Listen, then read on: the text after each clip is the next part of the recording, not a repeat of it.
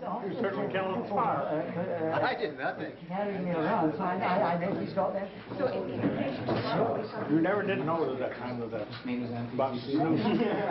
That's my second. They put it 20 years on it. I was the one that received it for you. Is that right? Yeah. Well, thank you, Al. Thank you. Oh, I don't know. Thanks for it. I mean, I'm very serious about it. I thought that was... I like to, yeah. Well, what did you do for her? Interested there was a box of marijuana, snuff box for it, give him 30 years for it. Yeah. I said, that's entirely wrong. Well, anyway, I hope to be able to do something. You were acting in his behalf. Oh, yeah. Al, don't give up, because I've done 44 months on, I'm still out of 10 years road. So listen, don't give up. The case is still alive, you know. We'll just stay out of jail. That'll be something. I need you now more than ever. Hey, what is right when I learned the parole board. Listen, when did you two guys meet? Oh, 20, 30 years ago. That was nonsense. 20 years ago. What? That was about 1960, 61. When he went to Harvard. Back at Harvard, 1961, maybe. When he came to visit Harvard, we met the first time. Yeah, that's the first time I met. 60. They gave me... years ago, and I said, oh, depends on whether you count high or count low. I gave him a tablet of 500, a bottle of 500 tablets. I remember that. Take it all at once. Just going hotter and hotter and hotter. Al, didn't you say that you introduced Tim to CO2? Yeah, so that's right. I think I did. That's right. He dragged us all around Boston with these tanks, and we had people loading in the tanks, and he had us all strapped with the... Well, it's still the best stuff. Oh, it's fantastic. Yeah. You can Never go to a... Hardly wait to get it again. Busy businessman's always do that. Well, I'd like to say, just in general, that I'm taking more LSD now than I ever have before, at least once a week, and I find that it's working better than ever. It's a tonic, isn't it? Yeah. You look very well. The new experimental forms are even better, so... Yeah? I just wanted to get some attention. That's the commercial. Well, now we can go back to the primetime program. I must just fly around that, because otherwise, if I don't do this, I'll be killed. well, listen, so what has it done, actually, through all the years? A great clarity of vision, a great clarity of mind. If he'd never seen me, he'd have been better off. Great perception. Oh, Al, I don't say that. I owe everything to you. I think you would have. I think you would have. Galactic Center sent you down just at the right moment. Yeah, to create a disturbance. Well, yeah, she likes disturbance. Well, gentlemen, what do you think is going to happen to it all, really? Do you think we're going to get it back in some form that we might be able to use it effectively or under proper control or what have you?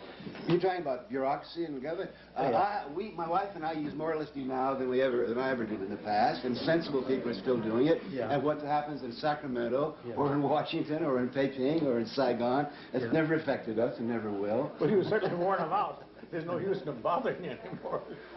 What? Oh, There's no use in bothering you anymore. I don't mind being bothered. Oh, you seem to be indestructible.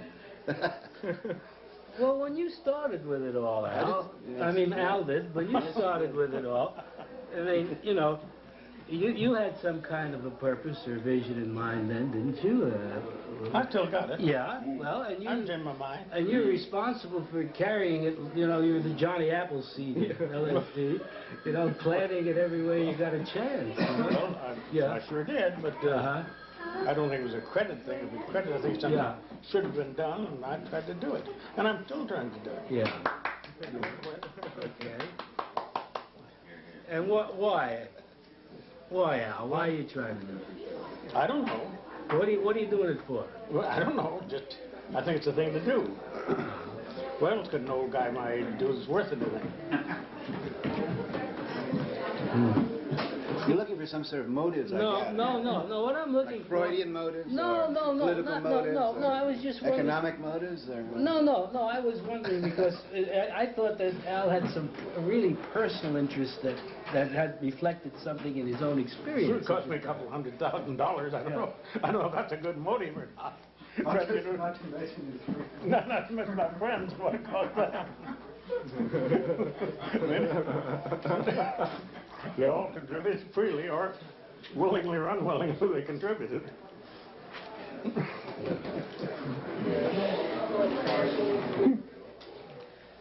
What do you think its best use is for now, Al? I don't know, just keep on doing it. Just to keep on waking people up, let them see themselves for what they are. I think old Carter could stand a good dose of it. And maybe Brown up at the Pentagon, Turner to do him a world of good. Come sit in here, Humphry. Oh, yeah, I'll pop there, don't worry, Tim. I carried out my... But I do wish you... I do wish you'd stop getting in bad. My son killed me. Getting what? Getting in bad. Bad. Okay. Well, everything's worked out very well. I'm very respectable like that. The new Rolling Stones, you know, song about talking heroin with the president. We're so respectable. We're so unobjectionable.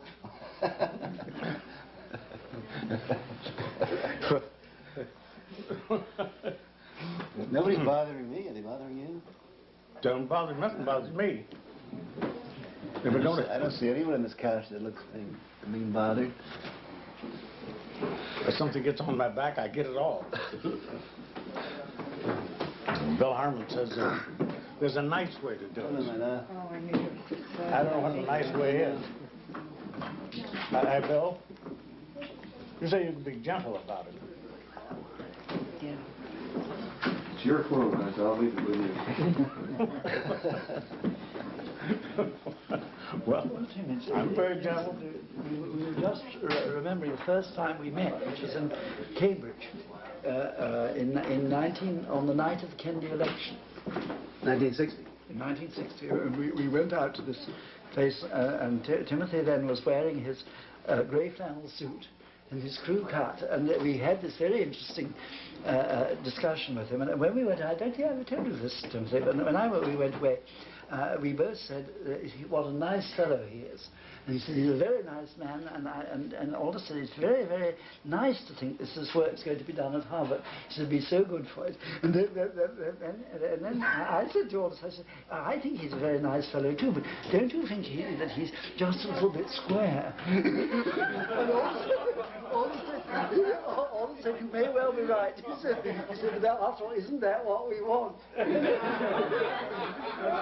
And Timothy, when I'm discussing the need for understanding human temperament, this is the story I tell, because I said, here Aldous and I both deeply interested in the nature of human temperament, and we meet someone who I think that was probably the least satisfactory description of you ever made, Timothy. I think even your greatest enemies would never make that description, and we made it. We were very, very concerned because we felt that you were perhaps a bit too unadventurous. You see what insight we had. Well, you sure contributed your part. But I've always considered myself very square. Yeah. So we were right in a way, weren't we? I always try to hang around the hippest person in the area, and continue to do that, because I feel that I really basically feel I'm square, and I have very little sense of aesthetics, so I try to hang around the most sophisticated, beautiful people in the world, just so hope some of it will radiate off on me. I have other qualities, though. You see your career in the sense of self-improvement, and the sort of issue Albert's done. No, it was one of the most monumental ill judgments but it was very, very interesting. We had a very good evening, but we were not able to drink anything because apparently the laws in Massachusetts are such that when an election's on, no one's allowed to drink because of fear that you would corrupt the voters. Well, all these concepts of hive concepts of political this or that, I think somewhat irrelevant. I used to say to Sidney all the time, I felt that I was much more conservative than you, Sidney, because I didn't want the government involved in any of our business. And I thought that was a pretty free enterprise, staunch. We each seem to have followed our own paths. You yours, me mine, he his. Fortunately, since they didn't go in the same direction, a great deal of ground was covered. Uh-huh. Yeah. Yeah, I guess one of the things Oscar might be interested in is what does it all mean and how is it all going to work out and all that sort of thing. And I wonder whether, I know I couldn't possibly evaluate. Anybody want to try? Nice. I was really interested in your opinion. Well, I think, as you heard, it stirred people up. It cracked their frame of reference by the thousands, millions perhaps. And anything that does that is pretty good, I think. Anything that shakes people up a little, not too much. Some people, maybe it shook up a little too much. That was unfortunate. But in the totality, it may have been a desirable thing at that point in time. The next question would be, well, what's going to happen? And there, I think, we will see, not soon, but in X number of years, a recrudescence of similar usage here, there, and everywhere. It's happened throughout history, hasn't it? Yes. So don't you think that the other very important thing is the actual time this has happened? To begin with, as you point out, it's very good for people to be shaken up a certain amount.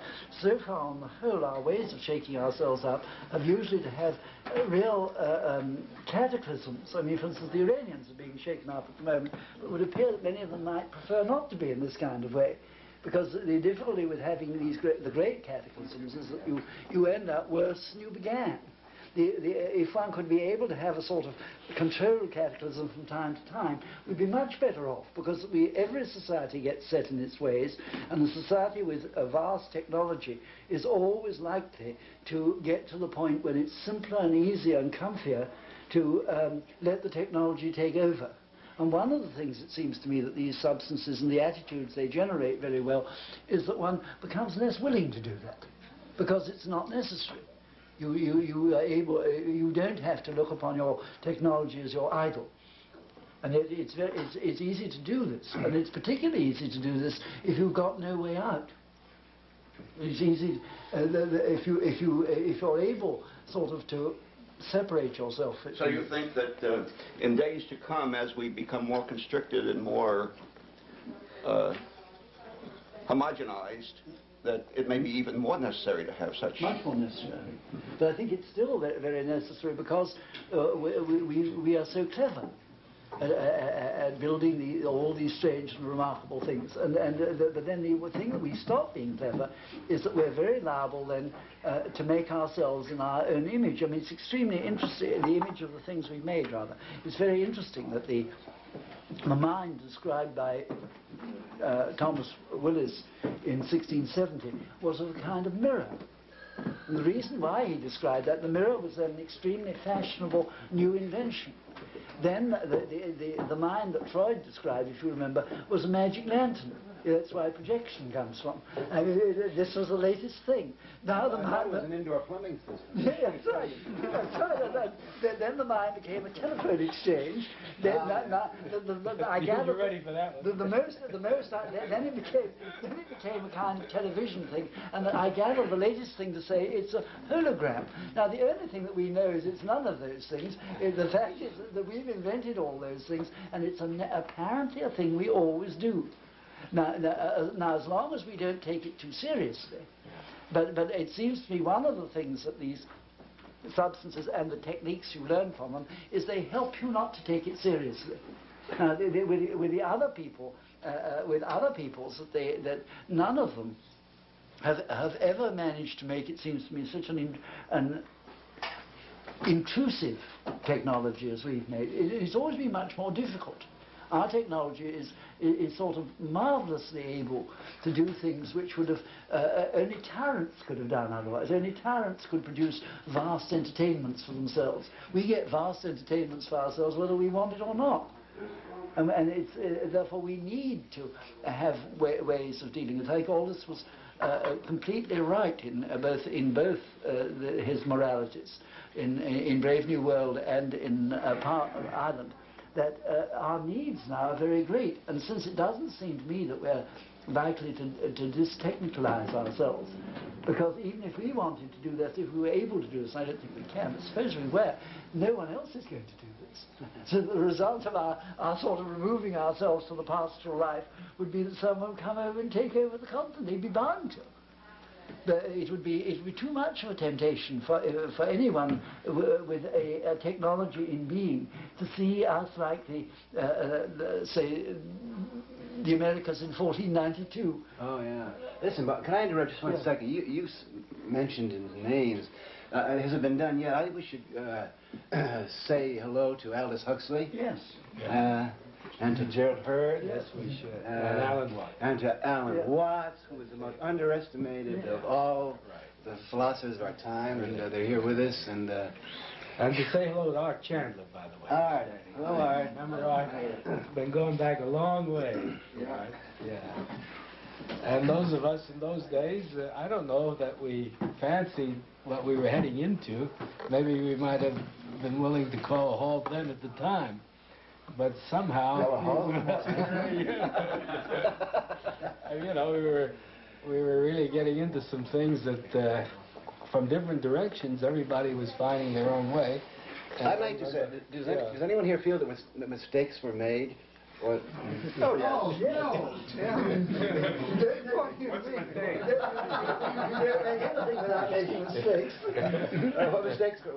what mistakes were made? Well, Timothy, estimations in retrospect are in principle unfair. It's really like the chaps, you know, who when the generals of World War II have large numbers of fellows who were not born at that time, who write interestingly accounts of how the Battle of the Bulge might have been better fought. It's only too that's easy. wonderful. It's only too easy. Everyone's going to write their own cosmology. But I mean, I think that the world was made in 7 days, but where and when? Yeah, but I think that those sort of things, one could, I don't have to say mistakes, what I say, you could have seen other ways of doing it. My God, quantum physics now tells us that in any second it can go in how many different ways? Yeah. Yeah, well, that's one of the lessons. So that was a mistake made. Nobody gave it to Nixon. Well, in order to know whether mistakes were made, you have to know what the goal is. And if you can define a goal, I can tell you whether mistakes were made. I think mistakes were made, but that's my own personal goal. Well, I'll say one of the goals was to make the American people smarter, raise their intelligence. And I think the American people today are quantum jumps more sophisticated in exactly the general directions in which we all hope they would become more sophisticated, about consciousness, about the nervous system, about the brain, about the options people have in creating their own realities, about self-actualization, self-indulgence, about pleasure being a self-reward as opposed to high reward. My God. Pleasure is now the #1 industry in this country. Recreational travel, entertainment, sensory indulgence. My God, so now, you know, no question that's our #1. Now, that was my goal.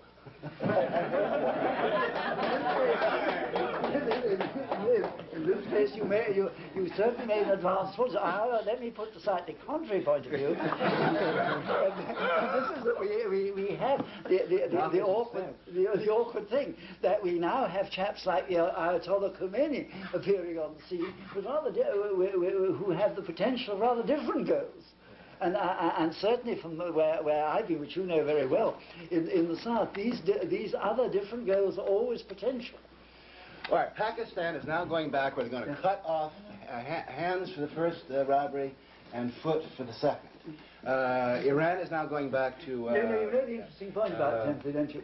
Afghanistan is now... No, Pakistan is going to do this, but they haven't been able to get the doctors to do it, which is, I think, is extremely interesting.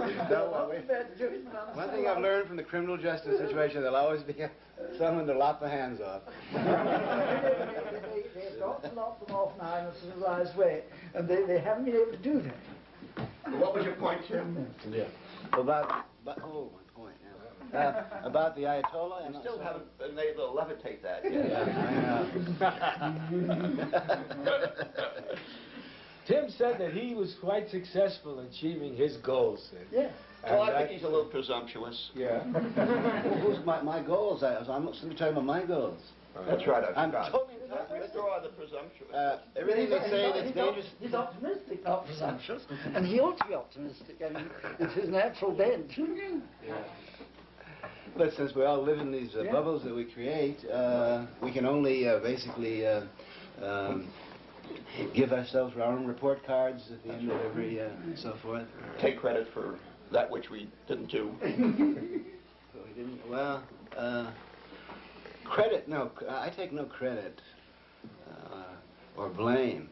But we were talking about goals. See, that's different, isn't it? Credit and blame gets. It's another interesting topic. Sidney, how would you like to have seen it done? Yes. Suppose the scenario had been played as you'd like. Well, I don't put as high a stock on pleasure, although I enjoy it, as Tim does. I would hope that increased human wisdom might have been an appropriate goal. Increased human humaneness. This I don't quite see as occurring. I don't think we're any wiser. Some of us may be.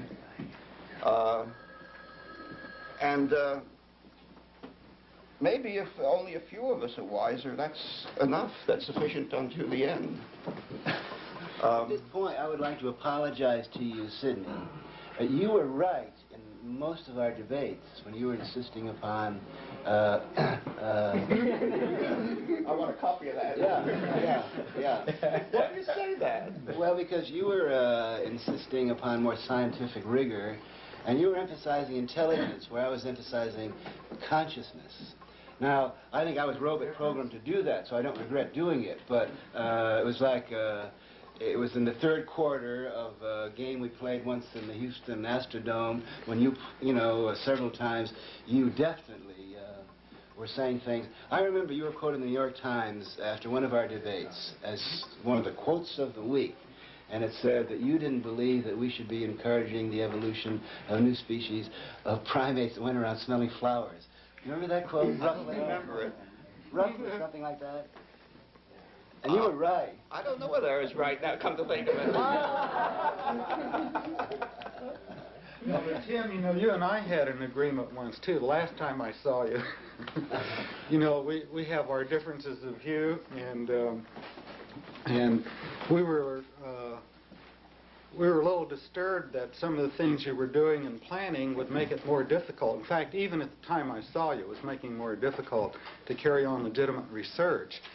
And we agreed, you know, if you remember, that, well, Myron, you stay in there and you do the legitimate research, but you need somebody to kind of shake them up a bit. And so I'll shake them up, and then you can take them and show them where they can learn what the right path is. But I didn't know that when you're going to shake them up, you're going to hit them on the head with a ball bat. Well, I don't accept that metaphor.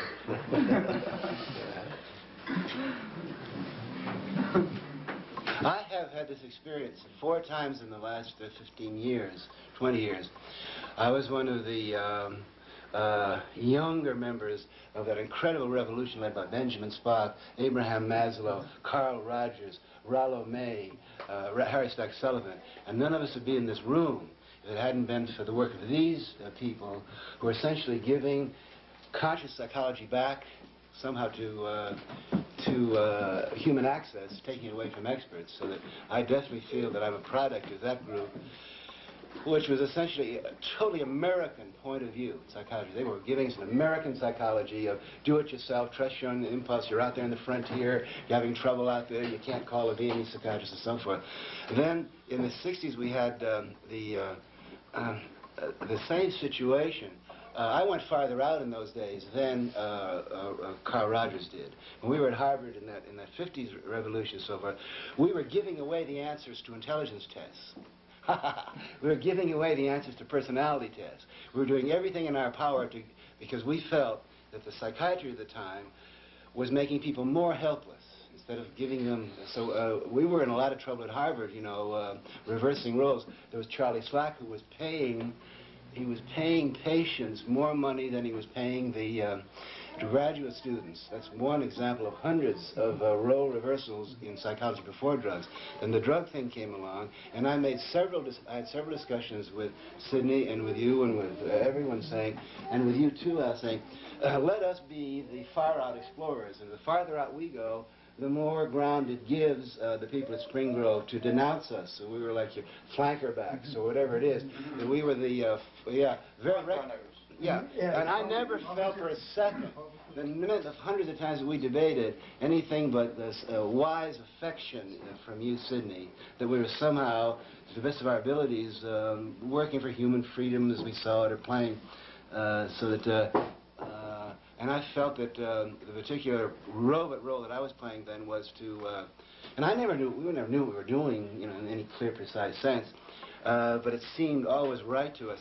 Then I had the third experience. I was in Folsom Prison when the notion, I began to understand that space colonization was the same issue, that the notion of going into space had been taken over by NASA, by the Pentagon, by the Soviets over it. And again, it was I wrote Professor O'Neill at Princeton a letter saying, well, my friend, this is the third time I've been through this, and I'm telling you that I'm going to popularize space migration in the next 2 or 3 years, because it's got to be, you know, people in general have got a new generation, young people in college, young physicist students and young sociology students have got to realize that some of the big issues ahead are the control of space got to be taken away from the, you know, the good guy, bad guys who are always the Pentagon and so forth. And now there's a fourth time involved in a situation like this. Genetics, the DNA code and that sort of thing is more important for the next decade, as the brain was. Who's going to control the brain in the late 60s and 70s? Now, I always see my role as the same. I wrote the same letter to Edward Wilson, the very same message that, you know, same discussion that I had, and once in a parking lot with you in Palo Alto. And I wrote Professor Wilson of Harvard. You know, he wrote sociobiology, he's reading a new book on human nature, very interesting stuff. I said, look, this is the fourth time. I'm going to do everything in my power to popularize the DNA code, Gaia, wisdom, egg intelligence, genetics, genetic caste, structural caste, and so forth. And I'm going to take it too far. It's going to be radical sociobiology. But I'm not interested in persuading the full professors, the full scientists. I'm going to be talking to the undergraduates and to the high school students, and I'm going to be outrageous, and I'm going to suggest the possibilities of genetic research, so that in 5 or 10 years, when they will have had their PhDs and their MDs and so forth, they'll, you know, because it always happens, it's called neoteny, you always have to send the message to the sexually active pre-adults. And then they will figure out what's right and what's good from all that, and then they'll go ahead and perform it for the function of society that I have the next generation. So that I see it all as an incredible loving hookup of people playing different roles. And I've never complained or never explained that I know of about being mistreated, have I? I don't think so. And I just wish, I hope that we all understand that we've all been playing parts that have been assigned to us, and there's no good guy, bad guy, or more credit or blame or whatever. You were, what Gerald Hurd would have said, you were on the cutting edge of things, and that's probably where you belong. By the way, Tim, I don't think I ever congratulated you on writing one of the best escape books. I don't know if everyone here has read Timothy's his escape book. It's one of the very good escape books. It was Bantams rather foolishly, I think, over-publicized it and didn't get the thing going the right way. But it's one of the best escape stories I've ever read. I'm something of an aficionado of escape stories, and it's one of the very, very good ones. Not as good as Papillon. No, but it's true. Oh, yes, yes, yes.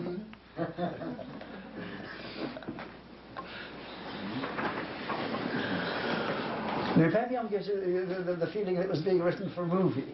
And unfortunately, yours hasn't been made into a movie, but it's a very good one. Well, I tried to sell the rights before the escape, but Hollywood wasn't ready. Well, I suppose that would be the best possible move. The movie coming out before you escape. When the weathermen came up in a car after I escaped, I knew it was the weathermen, and I turned and they had false passport, said false clothes. I said, didn't you videotape this, you fools? And they didn't know. Well, here we are. Yeah.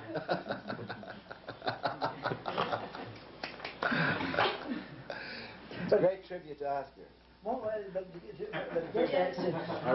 how would you like to have seen it go? And I want to know how Al would have liked to have seen it go, because I think that what we're in here, one has a sort of a temperamental network or grid system in which people were seeing the same thing through somewhat different lenses. Well, I think we need people like Tim and Al. They're absolutely necessary to get out, way out, too far out, in fact, in order to move things around. And we need people like you to be reflective about it and to study it. And little by little, a slight movement is made in the totality. So, you know, I can't think of how it could have worked out otherwise. I must confess that when I studied LSD, and then I heard that it was getting out on the streets, I said, this will never sell. It's too intense. People will be too shook up. But it didn't work that way at all. I'm not quite sure I know why, but apparently people were able to sustain it, this intense response. So my record as a prophet is about one down. Well, And aren't so, you right, though, if you take a longer range view, because from what I know, maybe I'm not well enough informed, but it's not a popular street drug anymore the way it once was. I think a fair number of people are still taking LSD, don't you think? Yeah, but the stuff on the street, you can't call that LSD. That's not LSD. Oh, wait a minute.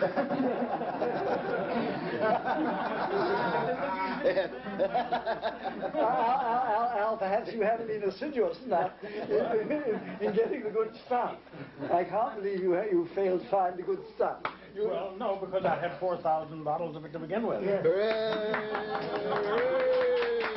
I've never. You're in the position of a man with an excellent cellar who isn't going around looking at the new. Because I never sold You're not you're not looking at the recent vintages to see how they're coming along. Well, do you think the hippie movement would have come about without LSD or had its impact? I think that'd been a totally different impact, wouldn't it? What? It'd been a totally different impact. I don't think, and it would be much less. I think it was a necessary condition for it, really. What about heroin? Do you think we would have had a heroin epidemic without LSD? I don't think it has any bearing on it, Dr. Cohen. May have had some bearing. I think it had some bearing, but... Well, it's like saying when you have a CB thing, when you're giving people the concept of self-actualization, they can do things that formerly only experts can do naturally. Yes. They're going to be... Well, there's other drugs. You have a guy, Princeton, making an atom bomb. Tim, there's other drugs. There's at least 15 others that act entirely differently. That would still come out that no one's ever said anything about, that we've isolated in the last 10, 12 years, that are far more remarkable than LSD. Mm-hmm. They really tell you which way you're going. All the harmaline compounds and ayahuasca and all that stuff. We've got all that.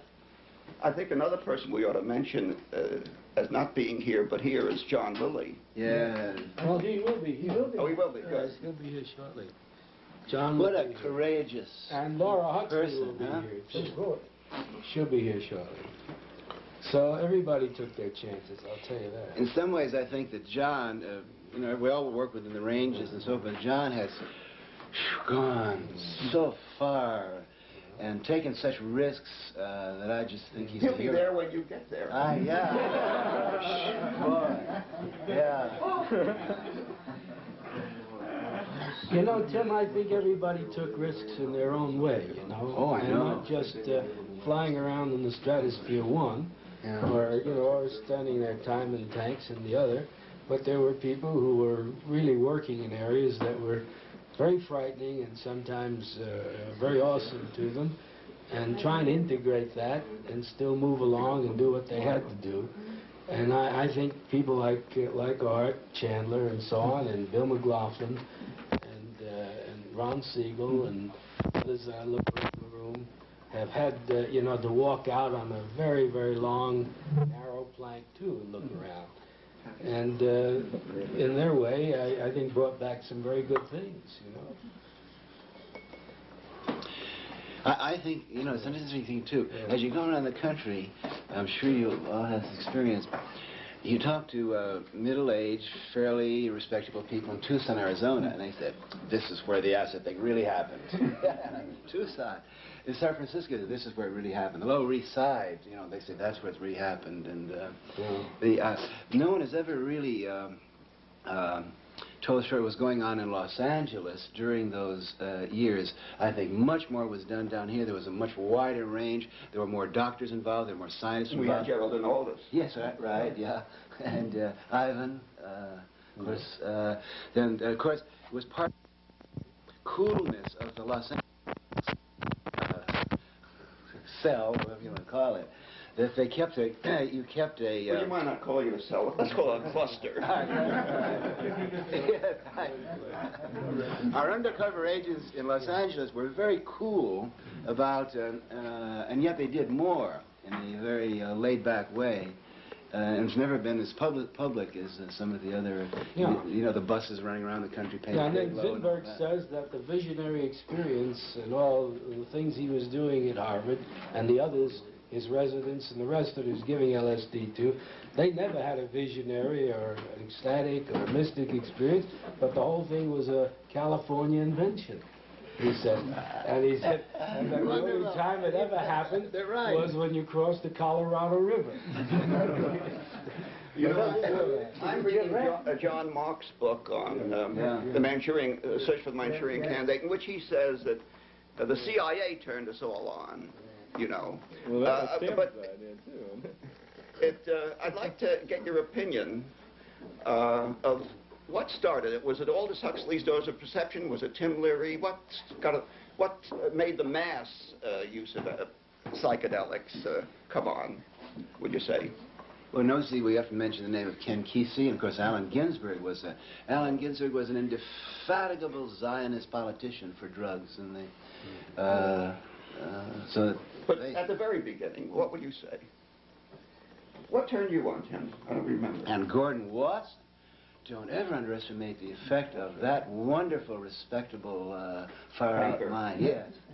In Life magazine, there is a banker, Morgan Guarantee Trust banker, lying on the mud hut of a Mexican, you know, saying wonderful, wonderful. Oh, boy.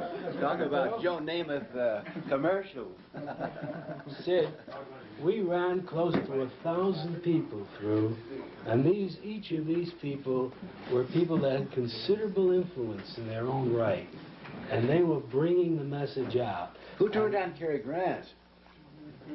So, someone in this room did. But I mean, Cary Grant.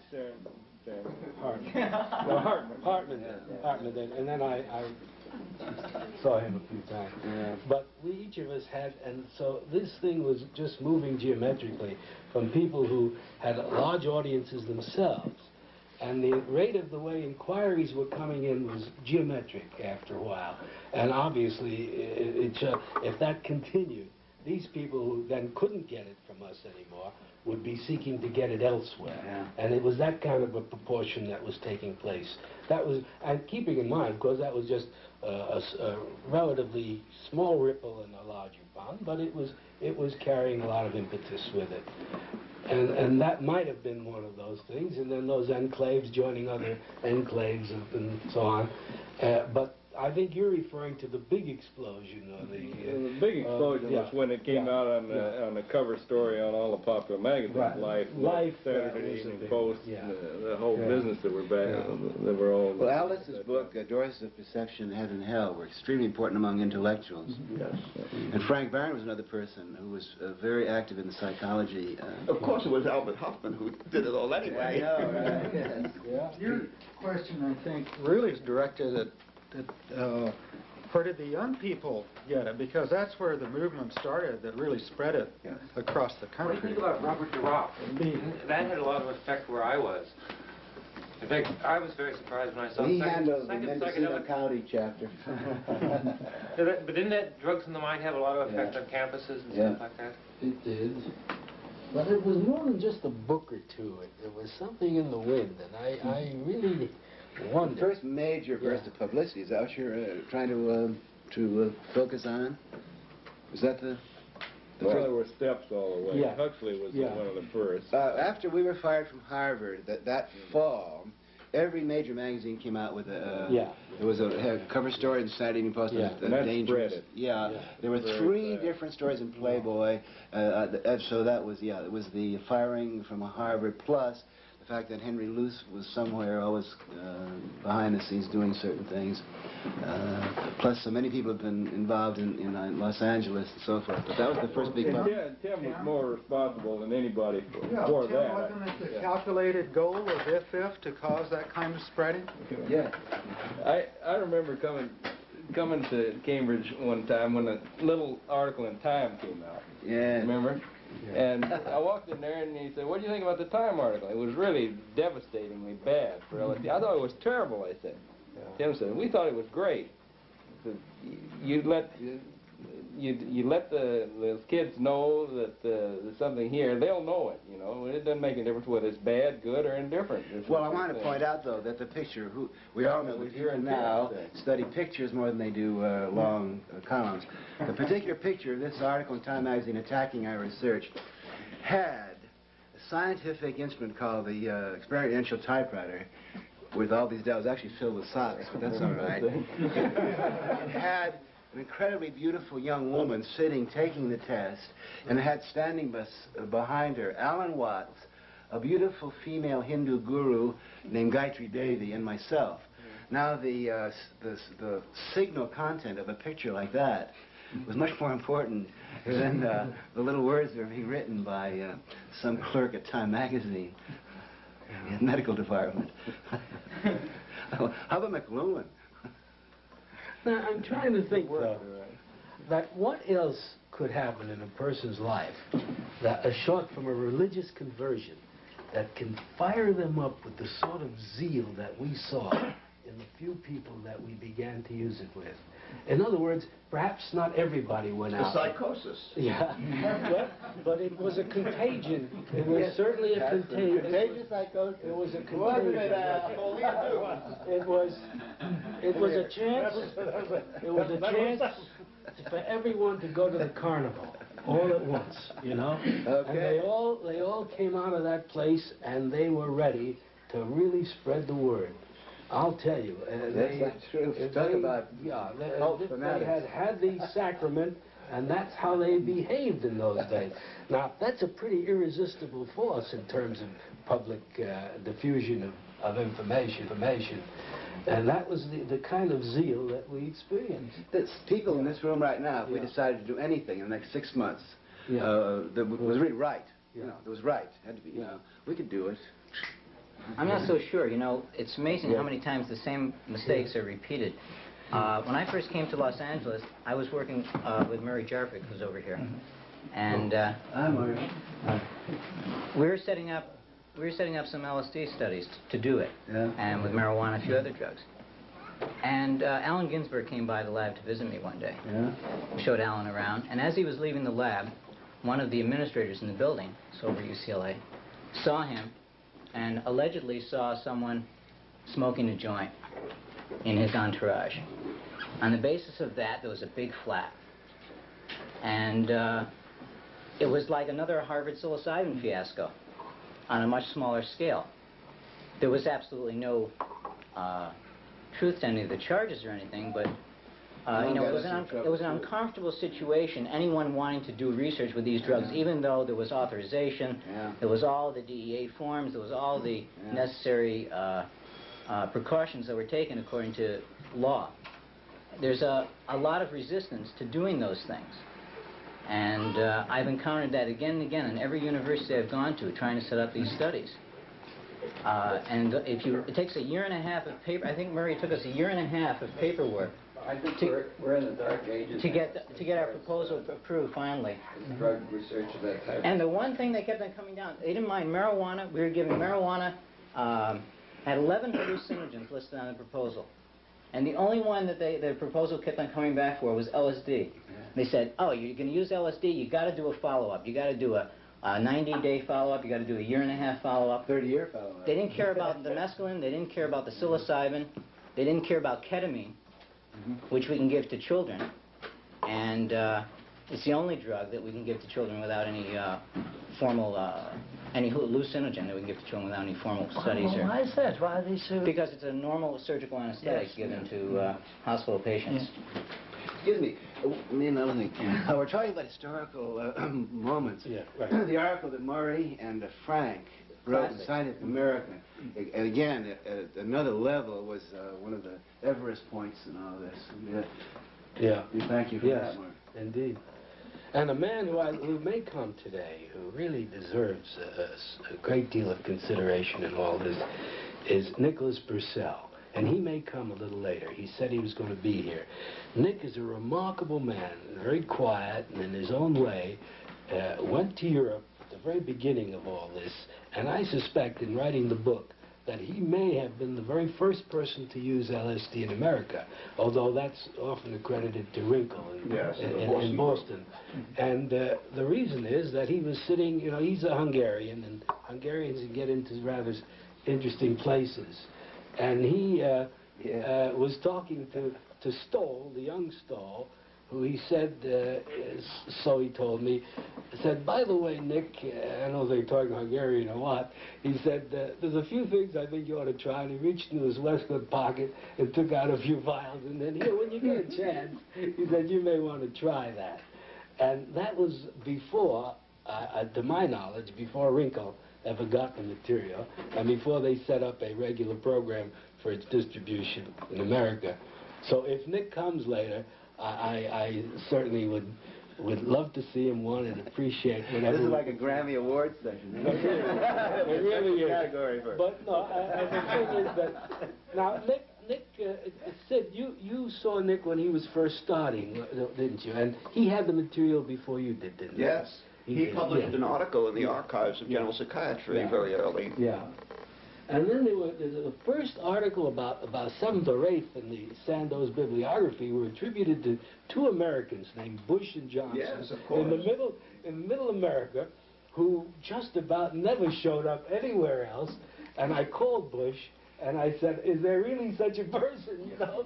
And he said, yeah. He said, I'm 70 years old, having a marvelous time. I said, hey, did you realize you were the first person to publish in an American journal on LSD? He said, yeah, I guess so. He came to some of the Macy Foundation conferences, you remember. You were there, I think. Yeah.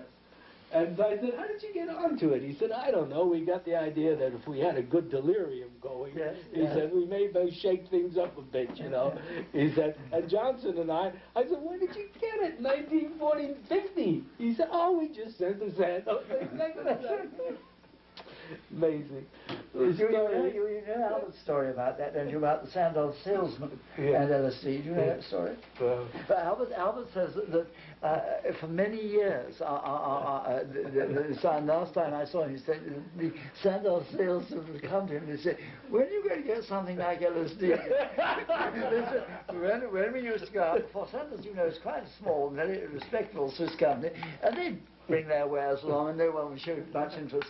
But after LSD, when the Sandoz salesman appeared, people would say, you're the people who made LSD. And they would then pay great attention to everyone and their products. And the salesman looked upon this as being the greatest sales innovation that Sandoz ever made. Well, there's another side to that story. When I spoke to Burrell, who was the vice president in charge of public affairs in Hanover, I said to him, the usual subject about what happened to LSD. He said, hell, the reason we gave it up, he said, because we couldn't sell it. But he simply take the wrong view. It wasn't the selling, it was the sales that went with it. Well, I guess so. But I remember Tim coming to the house one morning, and we were all having breakfast, and Robbie, my boy, was just a little fella, and Tim was wearing a hearing aid. I don't think you remember this. And Rob had never seen a hearing aid. And I dearly loved Tim for this. And he said, Tim had a twinkle in his eye. You know, he looked like a real picaresque, you know, Spanish-Irish kind of a guy. And he said, what's that? And Tim said, well, that's my direct line to the president. so Robbie, that was when he was square haircut, you know, and all that stuff, you know. And so Rob said, to the president? He said, yeah. He said, what would you like to hear from the president? so Rob said, he said, how about no school tomorrow? So he said, sure. And he pulls the hearing aid on, puts it in front of him, and he said, President Johnson? Yes. This Tim Leary here, staying with the Janiger. Yes, he said, by the way, he said, this young man here, he said, Robbie, he said, he would rather there was no school tomorrow. And the next day was a holiday. and Robbie, and for months, Rob said, is that fellow ever going to come back?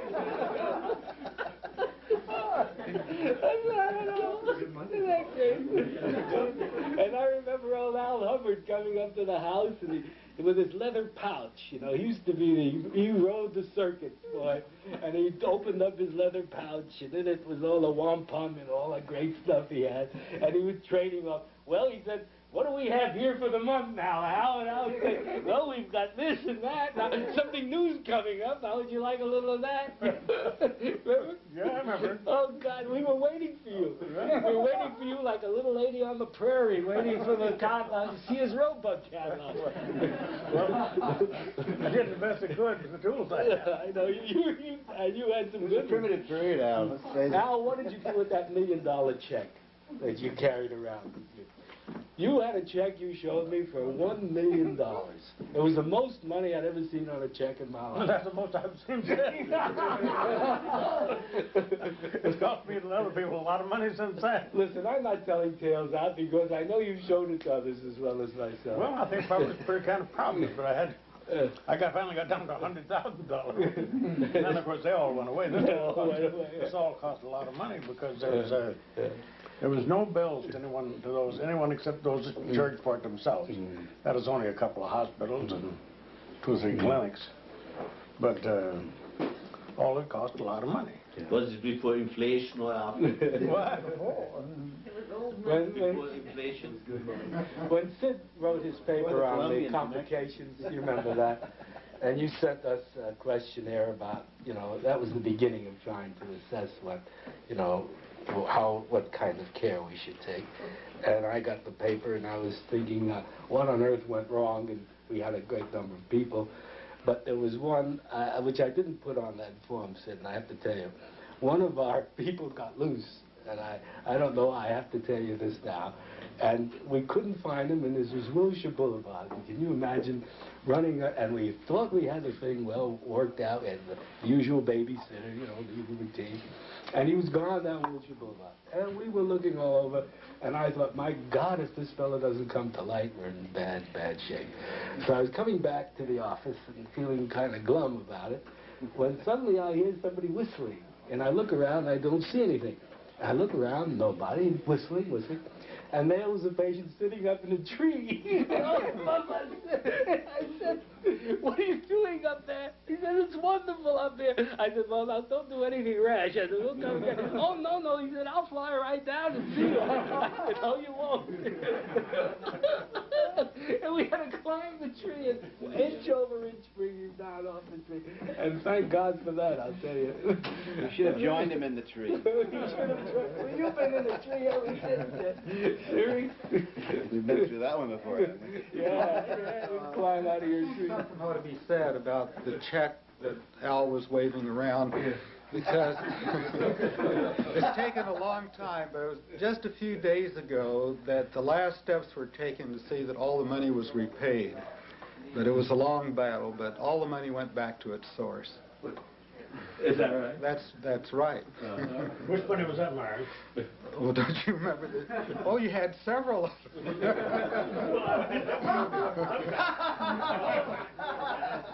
Thank God I didn't have to get involved in the others. Funny, you know, I must say to Al's credit that he never made a lot of money selling that stuff at all. He was a great trader, though. he'd say, how about a little almost pure tetrahydrocannabinol? In those days, it was kind of a viscous, oil. Remember that stuff in tubes? Yeah. He said, now what have you got to offer? Well, now how do you figure this belonged business, Byron? What? Went back to where it belonged. How do you figure it? From the source. Huh? The person who furnished the money got it back. How? Well, you know how.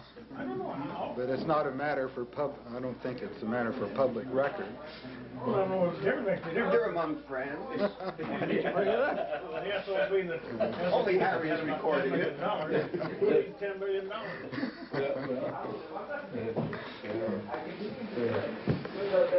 One other change in life in connection with LSD, or at least LSD contributed mightily, I think, was the whole upsurge in the study of the chemistry of the brain. Yeah.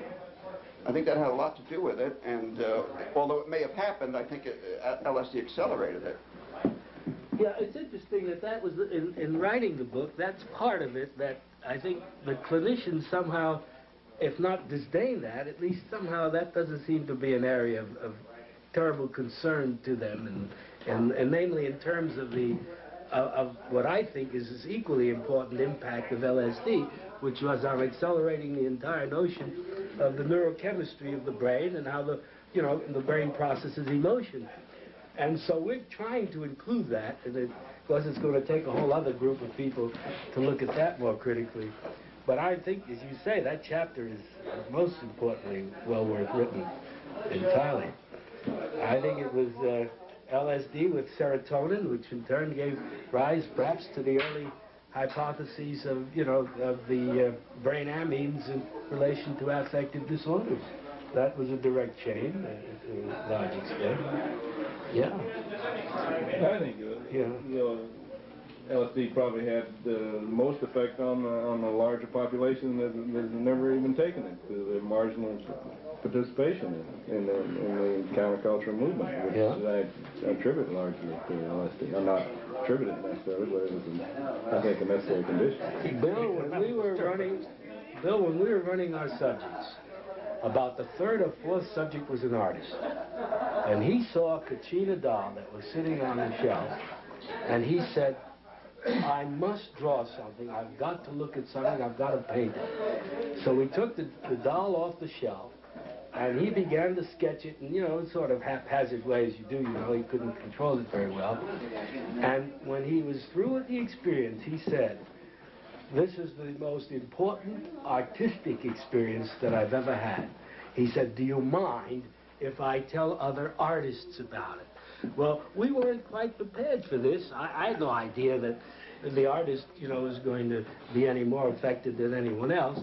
And he then began to bring in his friends, and before long, it was almost as if the entire project would be inundated with artists. That's how completely eager and absolutely interested they were in taking it.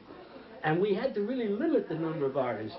So at least from their point of view, and then we have a very elaborate record of what the artist had said and the follow-up, as you know, because you used some of that data. And the artists seemed to derive an enormous amount of interest and of help from the experience with LSD, among all the others. The worst reactors we had were the psychiatrists, and the second were the ministers. I mean, they were not. I mean, there was nothing gravely serious, but they didn't have good reactions very often. The psychiatrists and ministers, and the 2 or 3 rabbis and several. We had, I think, 2 Catholic priests. But in general, artists have more fun than ministers, don't they? Well, they may have more fun, but then we're going back to your original thesis. They do more good then. They move the human race farther ahead. Artists do, I think. Well, psychedelic art is still something that has to be evaluated. It's an unproven thing in a way. But we do know that we have 100 pairs of the artists painting the doll prior and painting it afterwards at a time when they had no preconceived notion. Well, some, of course, was accumulating, but not very rapidly. And so we now are processing these pairs to see what can be done or how these people handle it under the drug. And if they took it a number of times, they developed a facility so they could deal with it and they could paint fairly decently under it. You know? Yeah, that one with the leaf. Yeah, that one with the leaf. An old friend of mine sent me a copy of that. Yeah, I'll have to talk to you. Yeah. Yeah, I'd like to understand that a little better. With the doll, you say you first had them painted before they'd taken LSD, and then during. Yes. And how about, did you do any after? Yes. There was some we did after, Because I'd be interested there whether they felt that they had some enhanced ability afterward. But they, Well, what was improved wasn't their artistic ability, by no means. It was just this whole sense of opening up, you know, and having more choices and being able to see things much more, many more permutations and ideas. Would you all like to have something to eat? And we've got a table full of stuff. Psilocybin.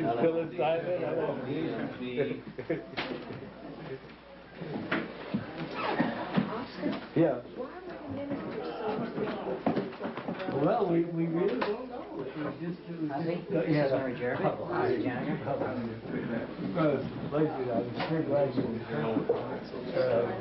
I don't know that.